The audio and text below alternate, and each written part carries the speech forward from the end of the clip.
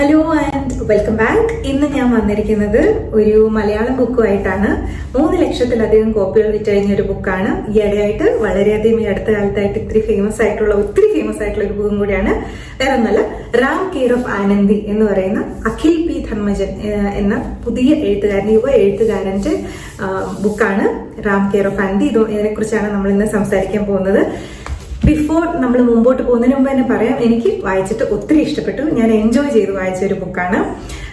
ഇതിന്റെ തുടക്കത്തിൽ തന്നെ നമ്മുടെ ഓഥർ അഖിൽ പി ധർമ്മജൻ പറയുന്നുണ്ട്, ഇത് ഒരു സിനിമ കാണുന്ന പോലെ വായിച്ചു പോകാൻ പറ്റുന്ന ഒരു ബുക്കാണെന്നാണ്. അങ്ങനെ തന്നെയാണ് എനിക്കും തോന്നിയത്. ഇത് മൊത്തത്തിൽ നമ്മൾ തുടക്കം മുതൽ അവസാനം വരെ ശരിയൊരു സിനിമ നമ്മൾ കാണുന്ന വിഷ്വലി ഓരോ സന്ദർഭങ്ങളും അതേപോലെ തന്നെ വിഷ്വലി എക്സ്പ്ലെയിൻ ചെയ്തിരിക്കുന്നതുകൊണ്ട് നമുക്കൊന്നും എല്ലാം ഇമാജിൻ ചെയ്ത് ഇങ്ങനെ കണ്ട് വായിക്കാൻ പറ്റുന്ന ഒരു ബുക്കാണ്.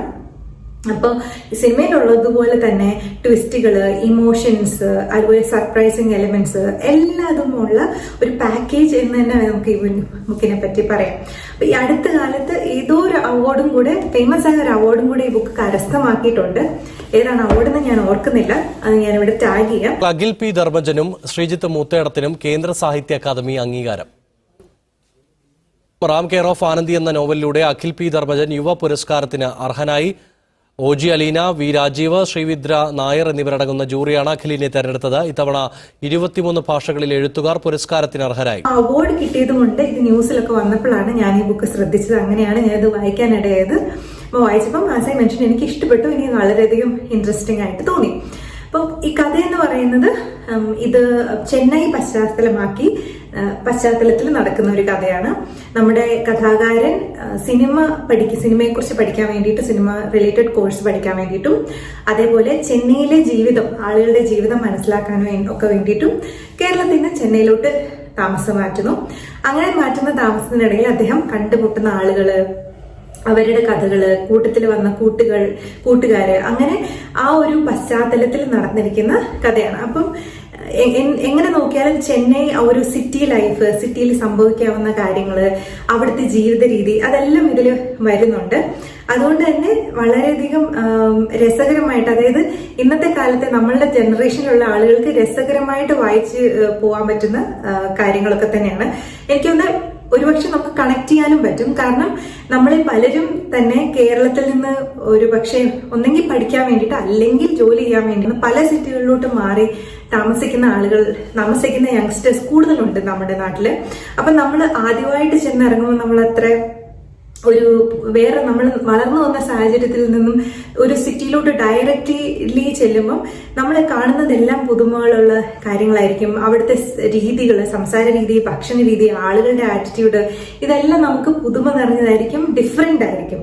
അഗെയിൻ ഇതിനകത്ത് ട്വിസ്റ്റ് എലമെന്റ്സ് ഉണ്ട്. അതുകൊണ്ട് തന്നെ എനിക്ക് ഉള്ളിലോട്ട് കൂടുതൽ ഇതിനെക്കുറിച്ച് പറയണ്ട. കാരണം മലയാളം ബുക്ക് ആയതുകൊണ്ട് തന്നെ ഈസി ആയിട്ട് വായിക്കാവുന്നതുകൊണ്ട് തന്നെ എനിക്കറിയാം ഒരുപാട് പേര് ഇത് പിക്ക് ചെയ്യും. അപ്പൊ അവർക്ക് ഇതിൻ്റെ അകത്ത് ഒരു സർപ്രൈസും എലമെന്റും നഷ്ടപ്പെടരുതെന്ന് എനിക്ക് ആഗ്രഹമുണ്ട്.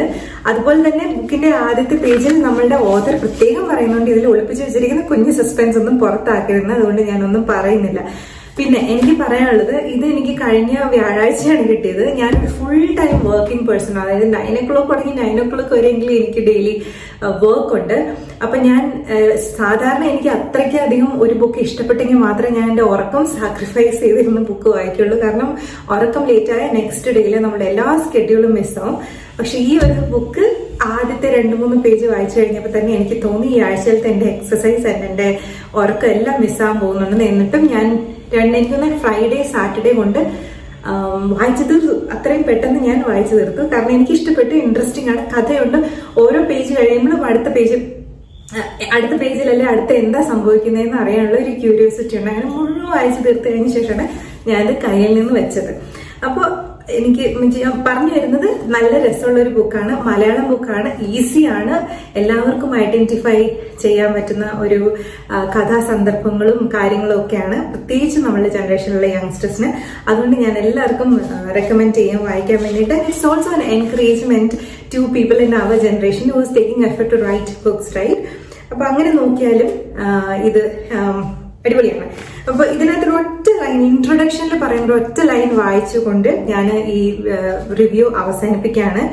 ചെന്നൈ ഉങ്ങളെ അൻപുടൻ വരവേർക്കിരുത്. സോറി, എനിക്ക് ഇത്രയും വായിക്കരുത്.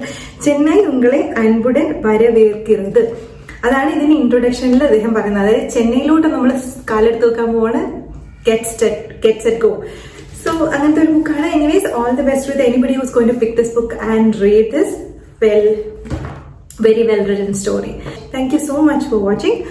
We'll see you with another book in the next video. Bye bye.